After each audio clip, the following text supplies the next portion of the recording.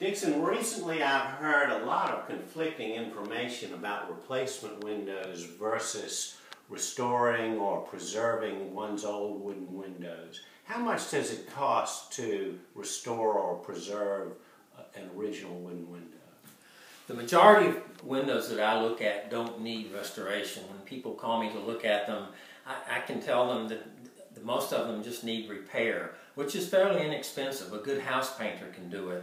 Scrape all the loose paint off, repaint the window, replace any broken or cracked glass, fix any glazing. If cords are broken, that's done on an hourly basis. That's about a 2-hour job. It's a lot less expensive than getting replacement windows. If restoration is needed, the price depends on how many lights are in a window. The more lights, the more mullion, and that's all handwork, and that's it costs more if you have more of the lights in it. Well, now, why should people restore their windows?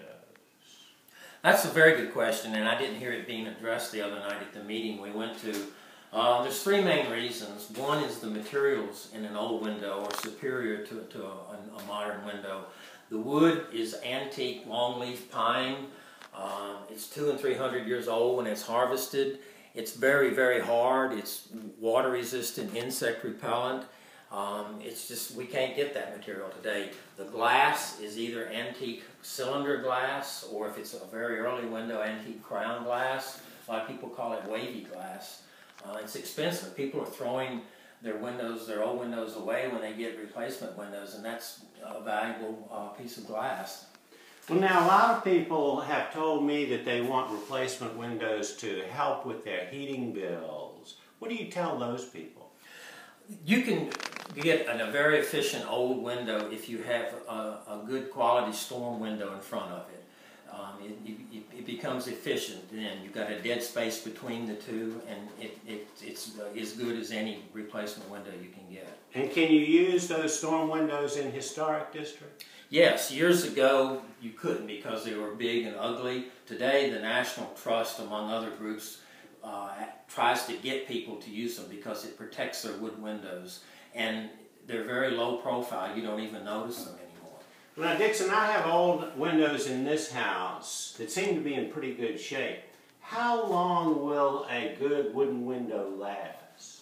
If you keep an original window painted, you keep any broken glass, you replace any broken glass, you keep moisture out, it can last indefinitely. I've worked on windows from the early 1700s that were still in good condition. I'm hoping that as members of City Council walk their districts, they look at some of the windows and look at the difference between original windows and replacement windows. A window like this defines the style of a house. If you were the people that bought a house near Patrick Henry School on Forest Hill Avenue, didn't have money in their budget to get replacement windows, and I encouraged them to do their own. This is one of them. When they took the windows out of the house, they said it looked like an ugly box. It's the windows that define the style of the house. This is a typical arts and crafts style window. Sounds good to me.